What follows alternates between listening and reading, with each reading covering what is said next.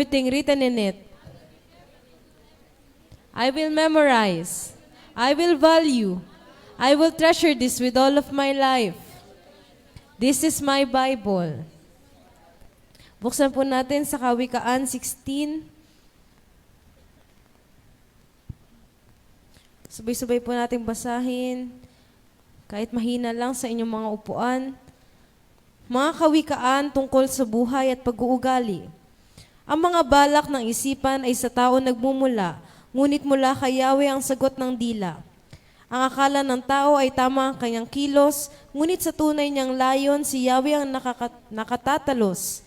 Ipagkatiwala mo kay Yahweh ang iyong mga gagawin, at magtatagumpay ka sa lahat ng iyong mga layunin. Lahat ng nilalang si Yahweh ay mayroong kadahilanan, at ang masasama, kaparusahan ang hinatnan.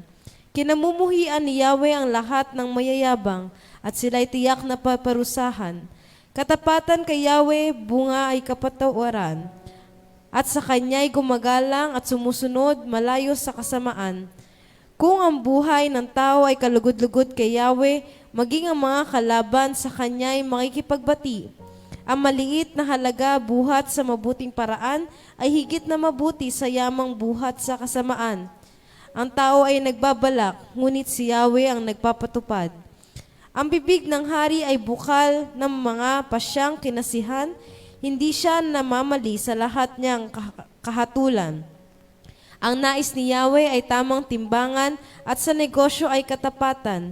Di dapat tulutan ng isang hari ang gawang kasamaan, pagkat ang katatagan ng pamamahala ay nasa katarungan. Ang nais pakinggan ng hari ay katotohanan, at ang nagsasabi nito ay kanyang kinalulugdan. Sinisikap ng matalino na masiyahan ang kanyang hari. Kapag nagalit ang hari, may buhay na masasawi. Ang kagandahang loob ng hari ay parang ulap na makapal. May dalang ulan, may taglay na buhay. Higit na mainam sa ginto ang magkaroon ng karunungan, at higit kay sa pilak ang magtaglay ng pangunawa. Ang landas na matuwid ay palayo sa kasamaan. Ang maingat sa paglakad ay nag-iingat sa kanyang buhay. Ang kapalalo ay humahantong sa pagkawasak, at ang pagmamataas na isipan ay ibabagsak. Higit na mabuti ang mapagkumbaba kahit na mahirap, kaysa makihati sa yaman ng mapagmataas. Ang sumusunod sa payo ay mananagana, at mapalad ang taong kay Yahweh ay nagtitiwala. Ang matalinong tao ay nakikilala sa kanyang pangunawa. Ang matamis niyang pangungusap ay panghikayat sa iba. Ang karunungan ay bukal ng buhay para sa matalino, ngunit mahirap maturuan ang mangmang na tao. Iniisip ng matalino ang kanyang sasabihin, kaya naman ang kausap ay madali niyang akitin. Kaaya-ayang salita ay parang pulok-pukyutan, matamis sa panlasa, pampalusog ng katawan. May daang matuwid sa tingin ng tao, ngunit kamatayan ang dulot nito. Dahil sa pagkain, ang tao'y nagsisikap upang ang gutom ay bigyan ng lunas. Ang laman ng isip ng tampalasan ay puro kasamaan. Ang kanyang mga labi ay parang nakakapasong apoy. Ang taong baluktot ang isipan ay naghahasik ng kaguluhan, at sinisira naman ng tsismis ang magandang samahan. Tinutukso ng taong liko ang kanyang kapwa, at binubuyo sa landas na masama. Mag-ingat ka sa taong pangiti-ngiti at kikindat-kindat, pagkat tiyak na mayroon siyang masamang binabalak. Ang mga uban ay putong ng karangalan. Ito ay natamo sa matuwid na pamumuhay. Higit na mabuti ang tiyaga kaysa kapangyarihan, at ang pagsupil sa sarili kaysa pagsakop sa mga bayan. Isinasagawa ng tao ang palabunutan, ngunit si Yahweh lang ang huling kapasyahan. Hingahanawa ng Panginoon ang kanyang salita upang tayo ay mapagpala.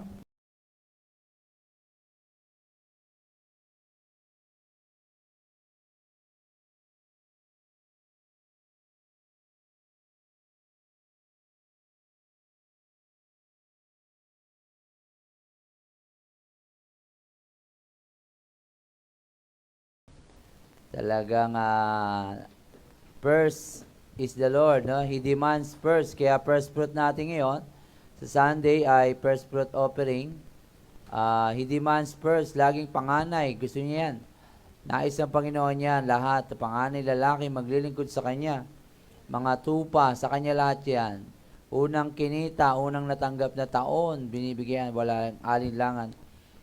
Proverbs 3:9, if you want na mag-overflow ang taon nyo, ganun po ang sikreto. Ito po yung secret ng Kristiyano na hindi nagagampanan ng marami, na hindi binabaliwala. Basta lang dumaan ng taon, kaya kulang, kapos ang taon niya, minamalas, at puro kamalasan nangyayari. Ito po yung secret sa Proverbs 3:9. If you really want to obey God, give Him the first thing in your life. Amen po ba?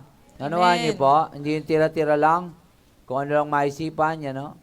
First fruit of all your produce, and sa 10, sabi niya, iyan po ay pinapangaral kahit saan lahat ng churches, lalo ng mga mayayaman na churches. Kaya sila yumayaman sa Panginoon financially, spiritually, ang pagkauna. Kasi ino-obey nila si Lord. Hindi sila nag-aanilangan sa pagsunod. Ayan, ang unang-una nabigay. Kaya sabi ko, Lord, deliverance pa rin. Unang araw ng taon. Deliverance pa rin kami. At nirequest po kami manalangin January 1 ng pamilya doon sa Silangan. At nakatakas naman kami sa usok kahit papano. Ay nai-offer namin ang araw sa Panginoon. Ang deliverance pa rin. Nakakatuwa ang Panginoon. Para saan pa ang buhay? Para saan pa ang mga bagay-bagay sa mundong ito? Then your barns will be filled with plenty and your vats will be bursting with wine. Talagang di ka magkukulang sa taong ito pag ito'y nagampanan natin. Amen po ba? Do you believe the Word of God? Don't believe me, believe the Word of God. At ang salita ng Diyos ay tunay at totoo. At mapapanindigan ng lahat ng mga tao nilikha niya. At yung January 3 and 4 ay niloob din ng Panginoon na magkaroon tayo ng planning. Oo, nagkaroon tayo ng planning, 2 days planning, abot lang ng 1 day. Dahil may deliverance na naman doon, family. Deliverance pa rin, hindi nawawala. At pinapunta at may sakit hindi na. Yan, nag-report sila at ang continuation po niya Sabado, next Saturday, no? Report, syempre, if we fail to plan, we are planning to fail. We have a church family planning. As a family, lumalaki po tayo, hindi pa pwedeng walang plano. Ano po? Hindi pa pwedeng anak lang ng anak, walang family planning. Tama po ba? At hindi mo alam paano palalakihin o papakainin ng mga anak mo. Saan ka magtatrabaho, gatas. At hindi po madali magplano o magpamilya o magtayo ng church, hindi po madali. Kaya pinagpaplanuhan ang lahat ng bagay. At niloob ng Panginoon yan at matagal magplano. At Sabado ang continuation. Dito na po. Hindi na kami pupunta ron at magastos po doon sa Baras. No? At inabot na kami 2 days doon. Di pa kami tapos. At ang daming dapat gawin sa church na ito. Ang daming diskusyon, tanong at dapat ayusin sa lesson plan pa lamang sa kids. At salamat sa Panginoon, may mga leaders tayo na nagko-commit dahil di kaya ito ng pastor lamang. May mga department head tayo. Amen? Tayo nga yung mga dumalo. Pwede ba silang tumayo? Yung mga heads sa finances, sa act of service, sa spiritual growth, at si Andeng na promote sa Ashret program, youth, evangelism, sino ba yun? Marshall, wala si Arman, si pumalit si Sam, no? Pabata-bata pa. Si Mark sa media ba siya? Si anong media, di ba? Jeric, si Mark sa tech, Si Julius, saka tayo ba Julius? Si Julius yata sa food kain ng tira. Yan, si ate, mahusay yan si Julius eh. Julius ay dito na uli. Kinupkup ni Kuya Mario, no?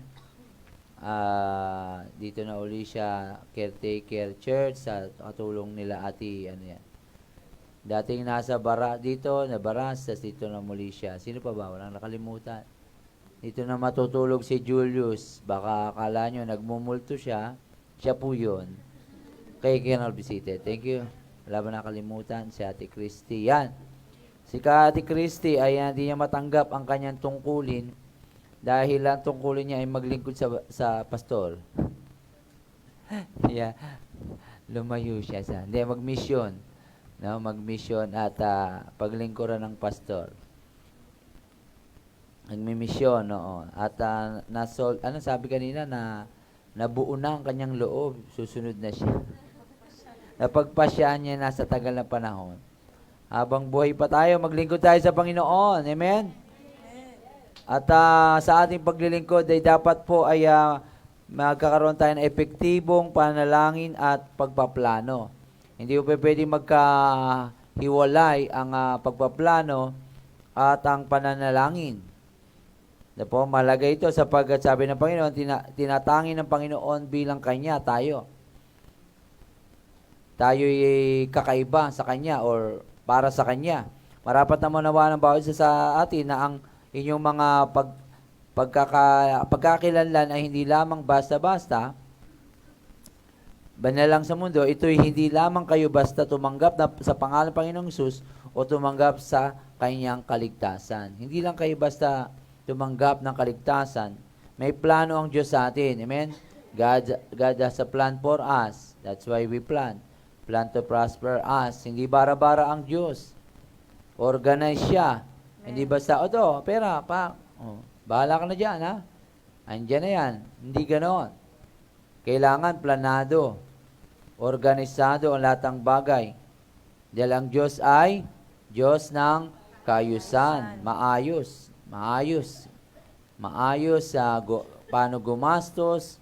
Dapat alam mo, hindi lang para gumastos. No? Alam mo lang gumastos. Hindi mo alam paano kumuha ng panggastos. Alam mo, basta-basta, bara-bara. Dati nagka-credit card kami. Sarap bumili ng walang pera. Credit card na. Swipe ng swipe. Yes. Pagbayaran na, yun na. Kaya ginupit ko na yung credit card ko. Target pala yan ng lahat ng mga no? May credit card po ba kayo? Yun ang first tanong, Pag tinanong na, hindi na kayo gagambalain pag wala kayong credit card. Dahil kahit anong push nila, wala kang pera na utang o kahit utang. Hindi ka na madadala sa kanilang mga product. Pag sinabi, hindi na yung babalik ng tawag sa inyo. Wala pala kayong credit card, Kasi yan ang target nila. Dahil pupush sa usapan, hanggat mapasuka ka nila. Pero kung wala kayong credit card, hindi nila kayo mauto. Kung kaya naman ang itinuturo ng Panginoon sa inyo ngayon ay ang pagkakaroon ng epektibong panalangin at pagpaplano. Paano ba ito? Ipinaalam sa inyo ng Panginoon sa pamagitan ng banal na Espiritu. Sabihin natin, banal na Espiritu. Banal na Espiritu. Na ang panalangin at pagpaplano ay magkasama sa buhay. Hindi kayo maaaring manalangin na kung ano lang ang pumasok sa inyong isipan ay yun na lamang. Hindi ganon ang buhay. House shout. This year, ibahin na natin. Amen? Amen. Ang bawat pinapanalangin nyo, mayroong paggabay ng banal na Espiritu. Dahil nga ang Diyos ay Diyos ng kayusan, kahit ang pagpipray. Ito nga, sabi ko sa inyo, sino ba pumalit sa prayer, prayer chain? Sino ba? May napalit pa? Wala pa, Si Ate Belen pa din. Sa missionary na siya, Si Joji ang lobi na po. Nag-usap na, Joji, Mahilig ka namang manalangin sa pamilya mo. Dito na lang. I-transfer mo naman dito yung iyak mo. Dapat patas lang. Kamag-anak, di kamag-anak. Patas lang ang iyak. Kung dalawang mata, ganun din. Pagka hindi ka kilala, wag isang mata lang luluha. Iiyak Dapat mo rin dalawa. Pwede ba yun? Kaya ba yun? Ito lang iiyak ko. Mahirap yata. Ang bawat ipanalangin ninyo ay mayroong gabay na banal Espiritu kung kaya't nagkakaroon kayo ng karunungan at kayo na nakakapanalangin sa pamamaraan na hindi ninyo kayang sambitin. Ano sabi sa Romans 8:26? Romans 8:26. Roma 8:26. Gayon din naman, tinutulungan tayo ng Espiritu sa ating kahinaan, sapagkat hindi tayo marunong manalangin ng nararapat, kaya't ang Espiritu ang namamagitan para sa atin at dumaraing sa paraang hindi natin kayang sambitin. Amen? May mga, mga hindi natin masabi. Magtatangs ka na lang. Ano? Magtatangs ka dahil hindi mo masabi. O iiyak ka na lang sa Panginoon. May mga bagay na ang nagtuturo sa atin, ang banal na Espiritu. Amen? Hindi tayo marunong manalangin eh. Hindi naman po pagalingan ng prayer. Ito'y anuhan ng puso o pagbibigay ng ating intercede o pakikiniig sa Panginoon. For we do not know what to pray for as we ought. But the Spirit Himself intercedes. No? In behalf of them, they will be forgiven. In behalf of you, they will be forgiven because of you. Kaya, di ba? Kung hindi mo sila papatawarin, hindi sila papatawarin. Kaya ang prayer mo sa kanila, Lord, patawarin po sila sabagat nilalam ka lang ginagawa. Mga idols, patawarin, Lord, wag mo na pong gunawin ang mundo. Susunod pa ako. Lord, patawarin po ang pamilya sa kanilang idolatry, sa kanilang mga ginagawa. And then the Lord will forgive them because of you. Naunawahan niyo po? Amen. Kaya niyong magpatawad. Kaya niyong magpatawad in behalf of them. Alam niyo ba yon? And then the wrath of God, hindi aabutin ang pamilya mo ng wrath of God. Ang grace of God ang aabot sa kanila. Amen. Kaya napakahalaga ng yung prayers para sa kanila. Amen. Ano niyo sa Lord's Prayer sa Matthew 6? Papatawarin lang sila because of you. Pwede silang mapatawad. Ba, tao lang pwede magpatawad? Diyos lang pwede magpatawad No. Hindi nyo ba alam? Pwede dahil sa inyo, napapatawad sila? Nadi-deliverance nga sila eh. Yes. Bakit born again na ba sila? Lumalaya na nga sila dahil sa inyo eh. Kailangan ba silang ma-born again? No. Hindi ka agad naboborn again yun. Because of you, ito, ibang level to, kailangan mo nawaan nyo, because of you, napapatawad ang kasalanan nila. Amen. Hello, are you there? Amen. Kaya mahalaga po ang pananalangin at pagpaplano. Hindi naman kayo maaaring magplano at walang pananalangin. Sapagkat ang dulo nito ay babagsak patungo sa walang kayusan na pamumuhay. Hindi kayo pwedeng magplano ng plano ko to. Family planning, 3 anak. Pero walang prayer, no? Hindi pwedeng ganon. Sugod ka lang ng sugod. Ito plano ko plano.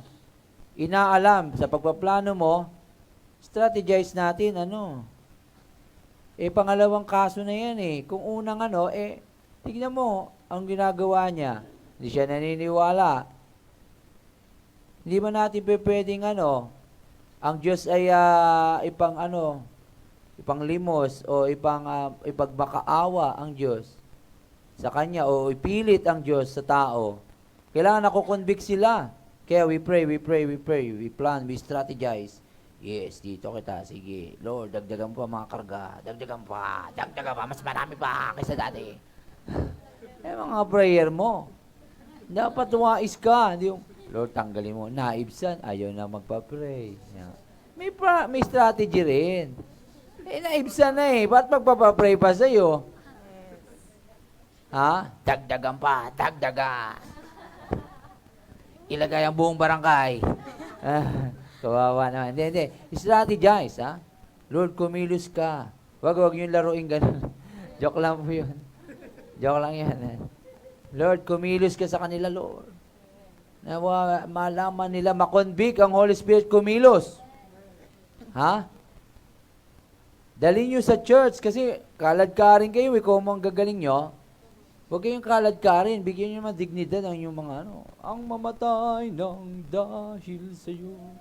Para medyo dignidad ang sarili mo. Yung parang, medyo bigyan mo ng dangal.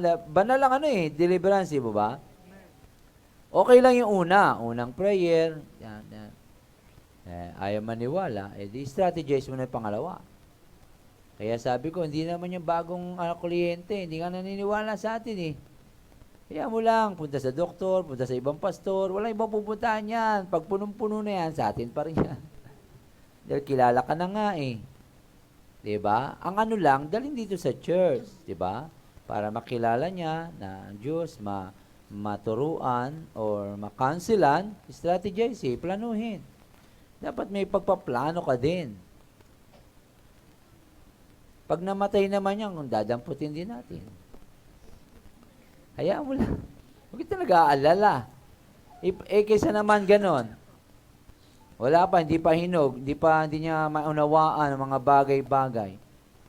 Pag-pray mo lang muna, tapos in right time, pag hinog na, strategize. Kaya nagpaplano. Nako nyo po, bago may conquer isang lugar, plano. May plano. May pagpaplano. Niisip at nagpe-pray. Nagpaplano, nag-iisip, paplano, nagpe-pray. Magkasama yan. Kahit po dito, ang pastor po, hindi po ako basta-basta bira ng bira. Nagpaplano po ako, kaso bago ko i-conquer yung isang lugar, hindi tayo dadami, hindi tayo madadagdagan, kung basta, sige, tara, mag-praise and worship ko dyan. Mag-hallelujah, hallelujah, pwede na yan. Hindi ko ganun ang church. Nagpe-praise, Lord, saan mo kami dadalhin? Raba. Diba? Saan tayo, Lord? Doon. Sa dako pa ron. Punta doon. Hindi pwedeng bira ng bira, di ba? Magkasama po ba ang planning at saka prayer? Tama po ba? Magkasama po yan dahil ang Diyos ay Diyos ng katalinuhan. Hindi man kayo maaaring magplano walang panalangin. Ang mga bagay na ito ay naranasan ninyo kung kaya't ang nasa Panginoon at sa taong ito ay maging aral sa inyo. Ang mga mali ay nakaraan ay di na kayo magkaroon pa ng regrets sa mga ito. Diba? Puro regrets na lang nangyayari sa buhay natin. Paulit-ulit na lang. Di pa kayo nadala. Diba? Deliverance. Puro deliverance. Ulit-ulit. Insanity is doing the same thing but expecting greater result. Kung paulit-ulit na lang, kaibangan na yun. Wala na nga palitan mo yung formula mo. Hindi na nga naubre. Magpalit ka na. Ay, di nalago Ay, hindi na wala namang perfect dito Pero kung paulit-ulit ka ng mali pa rin resulta. Kaya nagpaplano, nag-iisip, nanalangin. Walang result prayer mo, ay palitan ko, mukhang mali yung strategy ko Kung yung sistema, inaayos mo, enhance mo lang, yung result nun, may enhance din. Diba? Padala tayo ng padala, gastos ng gas sa AGR, walang kaplano-plano. Hindi natin pinaproseso, hilaw. Pagdating sa AGR, hilaw, walang kaplano-plano. Kung mag-EGR ako buwan-buwan, walang plano. Ito plano natin, EGR, buwan-buwan. Paktay, di ba? Walang dadalo. Kaya, after 6 months, di ba? Batak na yon. Pinag-aplanuhan, pinag-iisipan. Kahit mga business, kahit ano po, pinag-aaralan para hindi malugi. Yung iba, tinda lang ng tinda. Hindi nagsusukat, hindi nagbibilang, hindi nag-aaral, anong tawag dito? Costing. Costing or nagtitimbang o ang tawag, meron yung product, may ginagawa, yung proposal o yung feasibility studies, hindi nag-i-study. Basta lang ina-study yun, naglalakad ng mga tao, binibilang po yun, ilang tao dumarating dito. Nakita nyo sa mga guard, yung mapasok, binibilang yung mga pumapasok, may binipindot silang ganon. Ilan sa inyo dyan? Ilan dito? Ni-study nila yung mayroong pag-aaral po yan, di yan basta business ng business. Sa mall, di ba, may pumapasok. Inaaral po ang business. Hindi nyo may tataguyod ang business ng ganon-ganon lang. Kaya sila yumayaman, kaya sila hindi nalulugi. Ikaw, hindi, karinderya, nagtayo doon, kumikita doon, harahin ko dito yung mga tindera, ay mga bumibili, tayo rin siya. Mga Pilipino, ganyan, yung tayo rin doon, karinderya, sarado sila, pare-parehas. Wala na bumili. Hindi ka tulad ng Chinese, pag ito, lumber. Uy, dito ako, karinderya. Lahat ng nagtatrabaho doon, bibili sa akin, ganyan. Bawang sa kanya, dito sa akin, uy, sibuyas sa akin. Ganun, Chinese, may nag-aano sila, nagtutulungan. Kaya maano sila, maunlad sila. Kung ano yung wala doon sa kabila. Wala eh, Pilipino, kung magtayo, planado. Uy, dito dumadaan. Sari-sari store dito. Uy, duri siya, sari-sari store. Eh, nakikita mo after 6 months, naku po, lugi, kaya sarado pala. Walang plano-plano, walang ka-strategize. Gaya-gaya lang. Kaya pagod na pagod, hindi kumikita. Nais ng Panginoon na iwanan ninyo ang inyong mga pagkadismaya sa inyong mga sarili, pagkadismaya sa mga sitwasyon, sa inyong mga ministeryo. At sa kayo'y magpursigi at magpatuloy patungo sa kasalukuyan at hinaharap na sa pamagitan ng Panginoon sa inyong mga buhay. Ang Panginoon ang tingnan nyo. Makikinig sa Kanya, yung talagang pinapagawa niya. Kaya ka pagod na pagod kasi pinipilit mo, kumita. Katulad ng binabanggit kanina Banal na Espiritu na ang panalangin at pagpaplano ay magkasama. Kung kaya naman sa inyong pagpaplano at sa inyong panalangin, ito ay pagsamahin ninyo. 1 year from now, what do you want to become? 5 years from now, pulubi pa rin ako. Ang bunga na nangyayari sa inyo ngayon ay dulot ng inyong ginagawa kahapon. Kung last year, 2024 ngayon, 23, kung ano ka ngayon, 24, kasi yung ginagawa mo, kung parehas lang ng 222, yun pa rin style mo. Kaya huwag kang magtaka kung bakit ka ganyan hanggang ngayon. Hanggat di binabago ang sarili mo sa araw-araw, huwag kayong magtaka. Yan na po kung ano yung tinanim nyo, yan po rin aanin nyo. Naunawaan po natin, wala pong shortcut sa mundo. Kaya ganyan care group mo, kasi ganun pa rin ginagawa mo. Style mo, bulok. No, ganun, parang bulok pa rin yung style mo. Kung gumising ka, ganun pa din. Kung mag-ano ka, yung sistema mo, ganun pa din. Gagawin mo, pagkagising mo, tutulog ka uli. No, hindi ka nakakain, tapos di ka maliligo, aalis ka na. Kaya talsi ka ng mga blessings sa'yo. Wala kang ligo eh.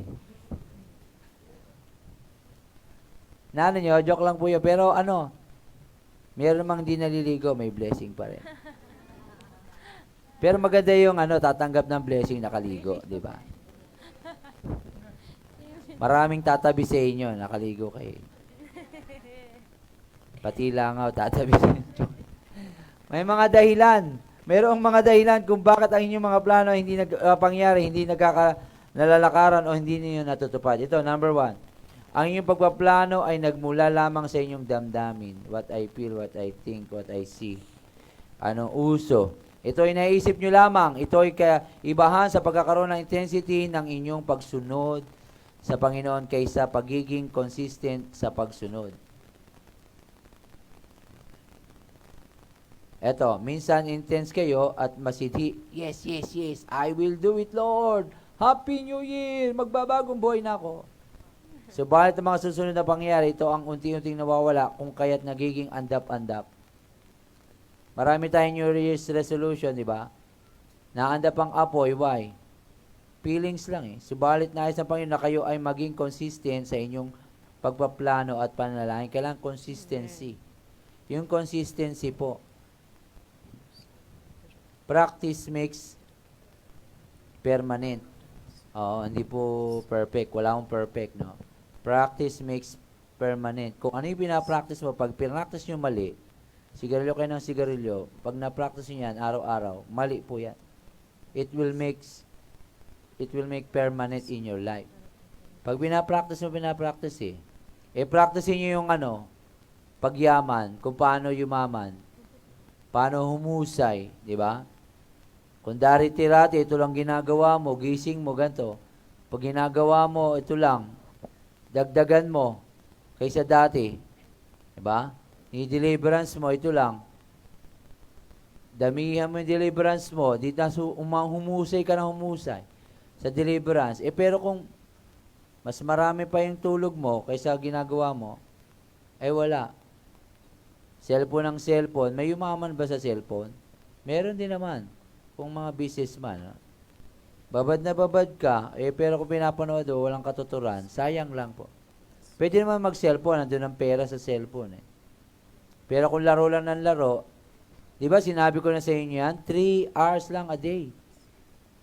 After 60 years old mo, you have a bachelor of cellphone. 6 years po, 3 hours, tapos 5 times a week. Dati nood, ngayon cellphone na Tapos compute nyo yun, di ba? Nag-compute na ako dati rito nun 5 years kayong nakatutok sa cellphone, 3 hours lang po kayo everyday. 5 years kayong nasa cellphone. Tingnan nyo, nakita nyo, nasayang ang madaming taon sa buhay mo. Kakatunganga mo. Just 3 hours a day lang. 3 hours a day, di ba? 5 times a week, tapos 4 times a month, and 12 times a year, times 60. Pag 60 years old, di mo tinigil yung mga ginagawa nyo. You're wasting your time. 5 years, kita mo, para ka nang nag-aral ng ano yun. Walang tulog. Ng engineer. Walang tulog, ha? Dahil kasi 6 years 5 years Hello? Mag-isip-isip, magkwenta. This year, ano yun natin? Baguhin natin ang ating mga panimula, mga mali. Ano yun yung mga ginagawa nyo last year? No, wag yung panghinayangan yung mga ginagawa nyo sa Lord. Just do it. Do it dahil di kayo ano dyan. Hindi kayo tawag dito. Hindi mawawalang kabuluhan ang mga ginagawa nyo sa Panginoon. Marami na kayo nasayang sa buhay nyo. Yung mga ginagawa nyo sa Panginoon ay hindi nawawalang kabuluhan. Magpakatatag, huwag matinag, lagi sumasagana sa gawain ng Diyos. Yamang alam natin ang ating gawa ay mayroong kabuluhan dito at sa darating na panahon. Amen? Amen. Amen. Kakulangan ng paghahanda. Pangalawa, ang dahilan. Kaya ito'y kakulangan ng kahandaan ng inyong mga puso para sa mga bagay na nais ng Panginoon para sa inyo. Puso nyo, handa. Ngayon po, handa na ako, Lord, sumunod. Hindi lamang ang Panginoon kumikilos, subalit kayo ay ang Panginoon ang kailangan nagkakaisa. Kayong dalawa, hindi lang puro siya. With God. Kaya nga, all things are possible with God. Hindi to God. Kailangan with. May katuwang siya. Katuwang natin ang Panginoon. Sa mga bagay-bagay, subalit kayo ay ang Panginoon ay kailangan nagkakaisa sapagkat mayroong part ang Panginoon, gayon din kayo ay mayroong part.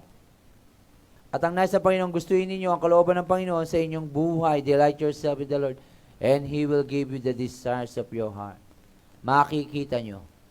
Makikita nyo ang tunay na talagang desire ng iyong puso because you are created by God, for Him, through Him, by Him. Hindi kayo pwedeng lumayo sa linya ng pagkakahubog sa inyo ng Panginoon dahil doon lang kayo lalago, doon lang kayo magiging masaya. Pag lumayo kayo sa kalooban ng Panginoon, ang mangyayari sa kanyo sakit ng ulo, lagnat at trangkaso. Puro hirap at dusa lamang ang mangyayari sa inyo. Ang yes ay yes sa Lord, ang no ay no. Sapagkat kapag lalo ninyong niresist o inadlangan ng kalooban ng Panginoon, nagkakaroon ng delays ang inyong mga buhay. Buhay. Gusto niyo ba ng mga delays? Lugi kayo doon.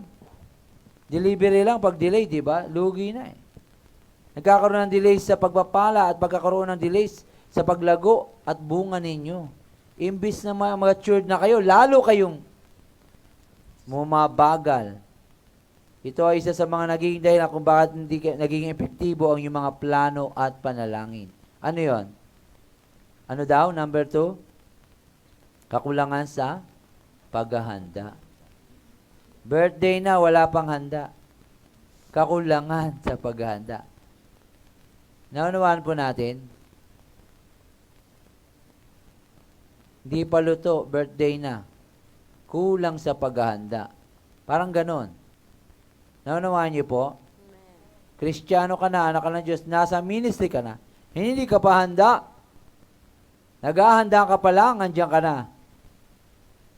Ay, sandali, magpe-pray pa muna ako. Pray ko. Dapat before pa lang, sumugod, nakapag-pray na. Amen po ba? Amen. Amen? Andiyan pa Amen. kayo? Boy pa kayo this year? Ipanalangin natin, ating puso bawat isa ng inyong pakikinig ay ang puso ay maging masunurin sa Panginoon. Napakahirap sumunod. Napakahirap. Laging sinusunod ang sarili. Meron namang pamaraan ng Panginoon upang sa gayon ang inyong pagpaplano at panalangin ay maging epektibo. Ito ay pagsamahin ninyo. Kailangan ninyo itong bigyan ng oras kung paano. Ha? Paano magplano at isinagawa ng mga apostol ng Panginoon noong unang panahon ang kanilang mga hakbangin. Ito ay pinagkaisa nila sa pananalangin. Amen? Bago nila isend ang nagpe-pray sila.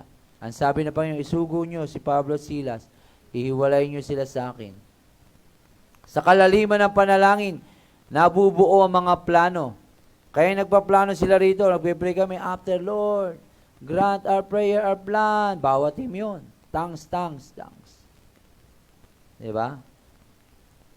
May natira pa, 6 lang kami. 5 na naman, Sabado. Mahirap, hindi basta-basta gumawa ng plano. Bakala nyo. Bago po itayo ang building, para hindi magiba o bumagsak, marami bumagsak, pinagpaplanuhan po yan. Blueprint, no? Laging ganon. Kahit ang pag-aasawa, pinagpaplanuhan yan. Pagpapamilya. Hindi lang basta dampot na mapapangasawa. Uy, ikaw na. Magsama na tayo. Tama po ba? Hindi ba pwede bara-barang ganon? Sino makita nyo?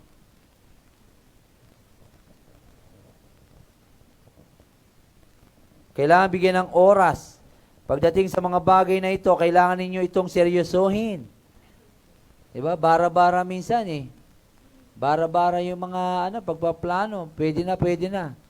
Hindi ba pwedeng ganon? Kaya nga merong lesson plan. Meron po tayong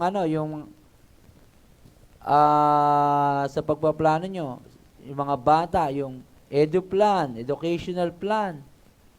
May plano kayo sa mga anak nyo. Lahat nagpaplano, sinusulat. Expenses nyo, para makita yung income nyo. Sumusobra, para nakikita nyo kung sobra pala yata ako, pwedeng bawasan to. Ito lang pumapasok buwan-buwan. Dapat pala, bawas dito. Bawas chocolates. Milk tea. Alam nyo ba yung kakabili nyo ng yung mineral water, bibili pa kayo kung saan-saan. Magbaon lang kayo ng tubig. Kumuha kayo sa meron, sa opisina, bibili pa kayo 20, 20 times kung 30. Magkano yun? Araw-araw, 600. Tingnan nyo, minsan kung nakakatato pa kayo, edi 612, 1.8. Pambayad na ng Netflix yun. Hindi, ng internet. Di ba? Marami tayo. Pag nagsusulat po kayo, nakikita nyo yung gastos. Nalalaman nyo, hindi pwede ito. Next month, dapat. Ito lang. Budgeting, di ba? Kaya lagi si Mrs. Diyan kami nagtatalo, pakisulat mo naman. Baka masyadong mabilis tayong gumastos. We live beyond our means. Mas marami ang gastos sa walang kaplano-plano. Wala tuloy ipon. Dapat daw, sa taon na 20, di ba, 10 tithes, 20 ipon. Tapos, expenses, 60 yata, 10, 20, 20. 10, 20, 20, 60. 10, 20, 70 pala. Oo, yung gasto 10, 20, 70. Pero merong 10, 20, 20, 60. 10, 20, 20, 50. Yung onti lang yung gagastusin, mas nag-iipon. Hindi mo may account na nilalagay talaga. May plano. Para hindi mo isipin yun na may ipon ka. Na may nakatago doon. Nakatago lang yun. For emergency. Mawalan ka, meron kang dudukutin, di ba? Pag may sinuksok, may mangdurukot na bata. Ha? May madudukot. Pagdating bagay ito, kailangan ninyo itong seryosohin sapagkat ang mga nakikinig, ang iba ay sumusunod na, ang iba naman ay mayroong puso sa pagsunod, bagamat malayo sila. Kung kaya't ito ay nilalagay ng Panginoon sa ating sa inyong puso upang ito ay mabuo sa inyo. Mabuo sa atin sa gabing ito. Thank you, Lord. Maaga tayo makatapos dahil ay kami pagod pa rin. Pagpa-planning. Kaya pala, Lord, bakit kaya? Pagod pa kami sa planning. Kailangan magpahinga ng maaga. Nais ang Panginoon na punuin ninyo ang pagsunod sa kalooban ng Panginoon ang taong ito. Kalooban ng Panginoon ang taong ito. Para hindi kayo nagkakamalas-malas. Sapagkat sa bagay na ito ay hindi kayo magsisisi at di kayo magkakamali kapag pamaraan ng Panginoon ang nasusunod sa inyong mga buhay. Amen po ba? Gusto niyo ba yon? Amen. Okay ba sa taong ito? Boss, bawasan natin ang mga pangsarili na kagustuhan, sa pangsariling gastos. Isama natin ang Panginoon. Ang o ay o sa Panginoon, ang hindi ay hindi. Hindi ninyo maaaring ipilit ang inyong sarili sapagkat dito kayo magkakaroon ng struggle kung kayo ay magkakaroon ng frustration, burnout, o mga pagkapagod sa paglilingkod. Hindi pa pwedeng ipilit ang sarili sa Lord. Yung proseso nauudlot sapagkat ang ilan sa inyo ay mayroong mga pinipilit na mga bagay na kanilang pinaplano na di naman talaga nakaayon sa kalooban ng Panginoon. Mga pinipilit. Pero di naman sinasabi ng Panginoon sa inyo na walang kabuluhan ang inyong mga plano sa inyong mga sarili. Hindi man sinasabi ng Panginoon yan. Ang nais ng kalooban ng Banal na Espiritu ay align ninyo ang kalooban ng Panginoon, ang mga bagay na inyong pinaplano, sa gayon mapangyari sa inyong buhay ang nais ng kalooban ng Panginoon para sa inyo, sa atin, sa iyo. Diba? Seek ye first, or prioritize Him. Then all these things shall be added unto us. Kaya ang aming mga plano ay para sa Lord na lang. Ano plano mo sa Lord? At idaragdag na lang mga bahay, kotse ng Lord sa iyo. Ano mang gusto mo? Maayos na asawa. Buhay. Pag inuna mo siya sa buhay mo, priority mo. Sinasabi ko sa inyo, maa-align, pag inalign mo ang buhay mo sa Kanya, lahat ay daragdag na lang ng Panginoon. Tama po ba? Nung sumunod kayo, parang hindi tama sa inyo parang Amen. susunod pa rin kayo sa sarili. Di ba? Nung sumusunod kayo sa Panginoon, napapaabuti kayo. Kaysa sa dati, bakit hindi natin gawin sa taong ito na tuloy-tuloy na? Amen po ba? Amen. Tuloy-tuloy na para naman blessing mo, kasi hindi naman tayo makakatanggap sa Panginoon ng basa-basa lang Kaya nga lagi sinasabi sa inyo, kung gusto nyo galing sa Lord, pamaraan ng Lord. Hindi pwedeng ipilit yung gusto mo. Ipanalangin ninyo ang bawat isa na magkaroon ng kalinawan sa pagpaplano, katalasan sa isipan at kaayusan ng puso at damdamin. No? At ang inyong mga mata ay tuunin nyo sa Panginoong Hesus, sa gayon kayo ay di matitisod sa inyong mga paghahakbang. Amen po ba? Amen. And last prayer, ipanalangin ng bawat isa na ito ay mailagay sa inyong mga puso upang sa gayon ay malakaran ito pang araw-araw na pamumuhay. Mahirap po sumunod sa Panginoon. Marami tayo mga sinusunod, sarili nating gusto. Gusto ko. Kung ano lang ang gusto ko. Gusto ko. Lagi marami. Kaya, nagdurusa ang mga tao, kahit anak na ng Diyos. Makakita lang ng opportunity, aloki lang ni Satanas, ibibigay ko. Diba? Umakit kami ni Master sa taas, silangan. Nakita niya ang city. At sabi niya, ibibigay ko ang seating ito. Ano ba yan? Galayan patay mo nga yan. Yung ulo. Boy pa yan. I will survive yan. Durugin mo yung ulo yan. Sige, durugin mo. Okay na yan. Can you all stand? Tayo po tayo lahat. Ano pe-pray natin? Sa ating puso mailagay? Mailagay sa ating puso ang pusong ito. Ano yun? Uy, nandiyan ba kayo? Ilagay sa ating mga puso ang upang malakaran. Malakaran. Pag-pray nyo katabi nyo, ipanalangin bawat siya magkaroon ng kalinawan sa pagpaplano niya this year. Ha? Ano ba plano nyo sa buhay nyo paglilingkod? Meron ba tayo, pwede ba mag-print tayo dyan, nung ating yearly activities? Para, or yung mga pagkasunduan natin? Ha?